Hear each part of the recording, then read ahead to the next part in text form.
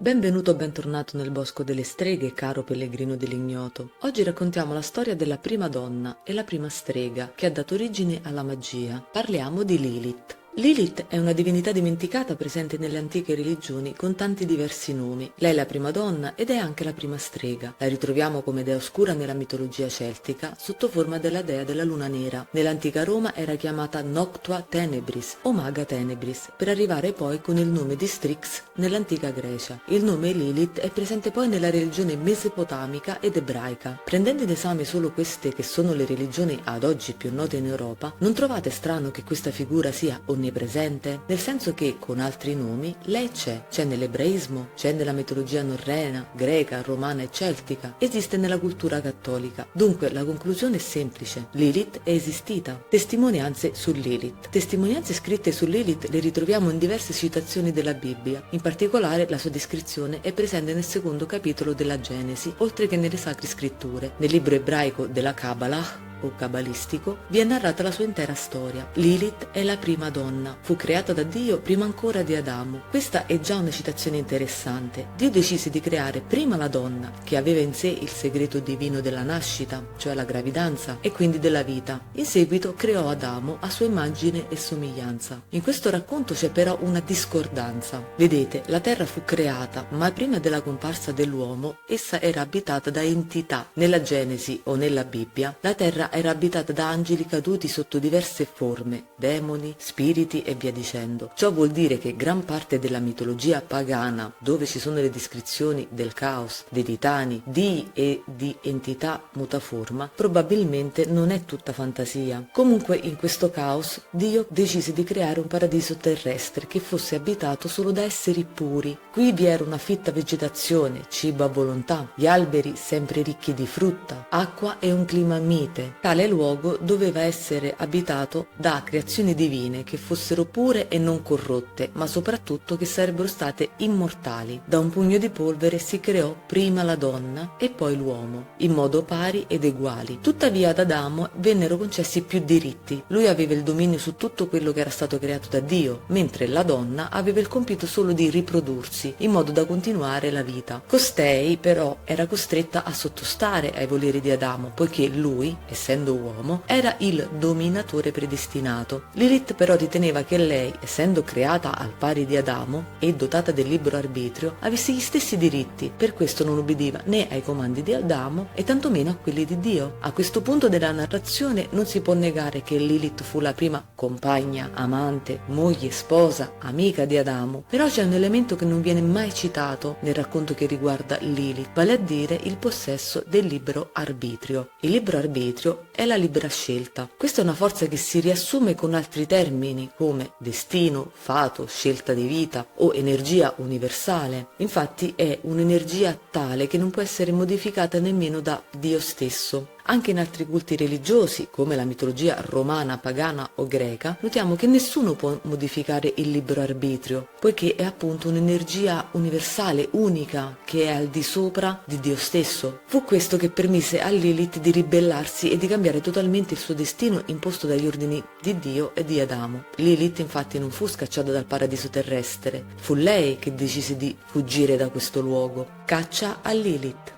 Adamo, rimasto solo, chiese aiuto a Dio, il quale inviò 3 angeli a cercare la donna che si era dispersa per il mondo. Essi arrivarono fino al Mar Rosso, dove Lilith si era rifugiata insieme ad altri demoni o angeli decaduti che popolavano il resto della terra. La donna non volle più tornare indietro. Il Signore Dio, Yahweh, la maledisse dicendo che ogni giorno avrebbe partorito 100 figli e tutti i giorni li avrebbe partoriti morti. Una vita di dolore sia fisico che emotivo, una maledizione che l'avrebbe spinta alla pazzia. Si narra che Lilith, sofferente e sanguinante dai parti e dal dolore, decise di vivere nel mare, poiché il mare, composto di acqua, è uno dei regni in cui Dio non ha alcun potere. In realtà l'acqua è un elemento che permette anche il passaggio in più mondi. La morte, sotto forma di Samael, uno degli angeli decaduti che si erano ribellati al volere di Dio, noto anche come angelo della morte o diavolo della morte, era l'essere che prendeva i figli di Lilith. Tuttavia, osservando la bellissima fanciulla, alla fine se ne innamorò perdutamente, un amore che portò Samael a stringere un patto con lei. I loro figli avrebbero potuto vagare sulla terra sotto forma di demoni, poiché su di essi Dio non ha potere, li può combattere, ma non li può uccidere, poiché la morte è il loro padre. Lilith è il patto con Dio. A questo punto Dio dovette scendere a patti con lei. Lilith era libera, non obbligata a tornare con Adamo nell'Eden, ma doveva mostrare la sua vera forma, quella di strega o diavolo o ancora demone, ai futuri uomini e donne che avrebbero popolato il paradiso terrestre in cui lei poteva entrare. Solo in questo modo gli uomini e le donne potevano decidere se seguirla o meno, e solo così lei non avrebbe dominato totalmente l'essere umano, che era la creazione divina. In cambio Dio gli promise che avrebbe tolto la sua maledizione e quindi lei non avrebbe più partorito 100 figli al giorno. Lilith però comprese quale fosse la richiesta di Dio e gli disse: mi mostrerò sotto forma di umana solo l'8° giorno del mese agli uomini. Ricordiamo che l'8 è il simbolo dell'infinito e c'è una stretta connessione tra esoterismo e questa richiesta, e il 21° giorno del mese alle donne. Nella numerologia il numero 21 sommato diventa 3, cioè la Trinità. Anche in questo caso troviamo un legame con l'esoterismo. I due quindi stipularono tale patto, che però non era molto chiaro. Infatti Dio fu più furbo di Lilith, che non poté più partorire altri figli. Triangolo: Lilith, Adamo ed Eva. Adamo era rimasto solo e per questo Dio decise di creargli una nuova compagna, Eva, plasmata da una costola di Adamo, in modo che ella fosse sempre soggiogata al suo volere. In questo modo lei non poteva avere gli stessi diritti dell'uomo, poiché non era stata creata dalla polvere.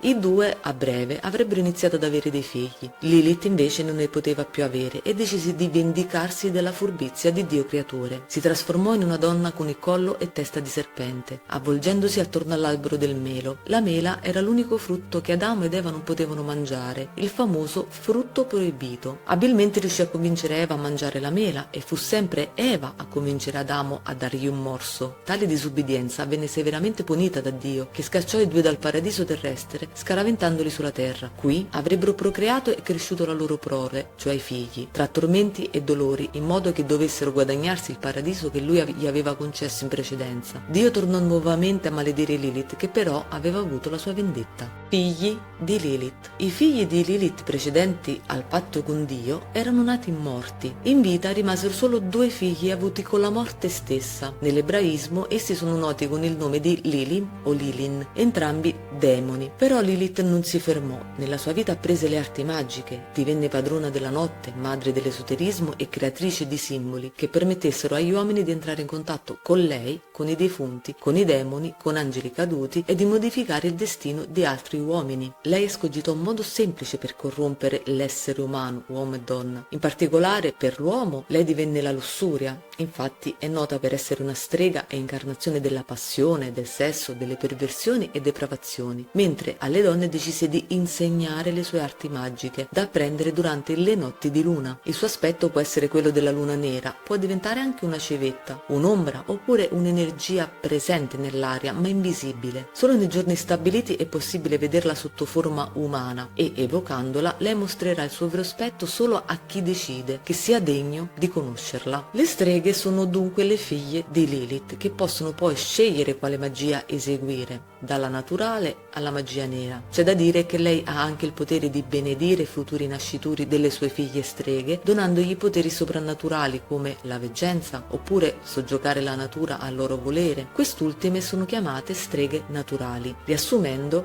le streghe sono le figlie di Lilith. Lilith, Strix, Noctua Maga, sempre lei. La versione più nota di Lilith è la luna nera o strega della luna oscura. Lei può prendere le sembianze di una civetta notturna che ti osserva in silenzio. Ti rendi conto che però è Lilith perché ha un'energia o aura diversa dagli altri animali. Può lasciarti dei messaggi che devi poi interpretare con il comportamento di questo animale o i suoi versi. Noi di Il Bosco delle Streghe abbiamo creato un video in cui spieghiamo la divinazione dell'ornitomanzia, vale a dire quell'arte magica che vi permette di comprendere e interpretare i messaggi sul vostro futuro o destino, dati dal comportamento, verso e varietà degli uccelli, messaggi inviati da entità o divinità che vi sono care. Vi lasciamo il link del video in box per chiunque voglia iniziare a studiare l'ornitomanzia. Lilith è descritta come l'incarnazione del male assoluto, colei che porta disgrazie e maledice con malattie ed epidemie, compagna della morte. Però non dimentichiamoci che fu la prima donna e incarna la ribellione e il libero arbitrio, oltre che